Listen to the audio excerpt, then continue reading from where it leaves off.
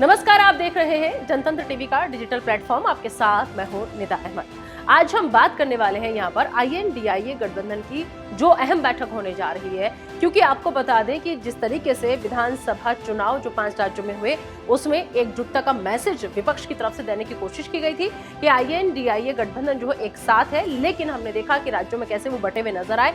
लेकिन अब जो कांग्रेस की करारी हार हुई है और बीजेपी की बम्पर जीत हुई है, इसके बाद 24 पर तमाम पार्टियों की नजर है। तमाम विपक्षी दल जो है वो 2024 के लिहाज से एकजुट होना चाहते हैं और आज उसी को लेकर सब लोगों की एक साथ बैठक होने जा रही है। लेकिन कई सवाल ऐसे हैं जो इस बैठक को लेकर के लोग जो है वो पूछ रहे हैं। सबसे पहला सवाल ये है कि अब से पहले भी कई बैठकें हुई हैं, लेकिन सबकी सब बेनतीजा रही, क्योंकि जो एकजुटता का मैसेज देने की कोशिश विपक्ष की तरफ से की जा रही थी वो कहीं पर भी कामयाब होता हुआ नजर नहीं आया।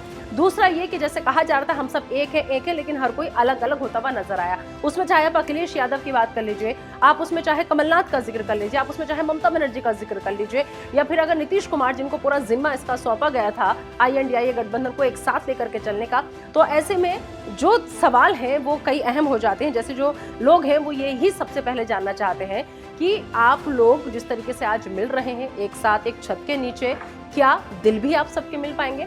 सवाल ये भी पूछा जा रहा है कि आप लोगों के बीच में जो दूरियां हैं, क्योंकि इस गठबंधन का हिस्सा जितना दल है उनके बीच में जो दूरियां हैं, क्या वो दूरियां कम होंगी? क्योंकि जब तक आप एक दूसरे के नजदीक नहीं आएंगे, आपस में अच्छा समन्वय कायम नहीं करेंगे, एक दूसरे से आपके संबंध बेहतर नहीं होंगे, तो फिर आप एक साथ कैसे सबको 24 तक साथ करके रखेंगे? ये सबसे बड़ी चुनौती होगी। सवाल ऐसे में यहाँ पर यह भी है चेहरे को लेकर के जो विवाद लगातार चलता आ रहा है, क्योंकि चेहरे को लेकर के अगर कांग्रेस पार्टी की बात करें उनकी तरफ से राहुल गांधी को प्रेजेंट किया जाता है, समाजवादी पार्टी की बात करें उनकी तरफ से अखिलेश यादव का चेहरा जो है वो सामने लाया जाता है। बाकायदा अखिलेश यादव के तो पिछले दिनों उत्तर प्रदेश में पोस्टर भी लगा दिए गए थे। नीतीश कुमार की बात करें तो जो बिहार में जो उनके समर्थक है वो नीतीश कुमार को चाहते हैं कि आने वाले वक्त में नीतीश कुमार ही प्रधानमंत्री बने। ऐसे में अगर ममता बनर्जी की बात करें तो उनकी जो पार्टी है TMC वो चाहती है कि ममता बनर्जी के हाथों ही पूरी कमान जो है वो सौंपी जाए।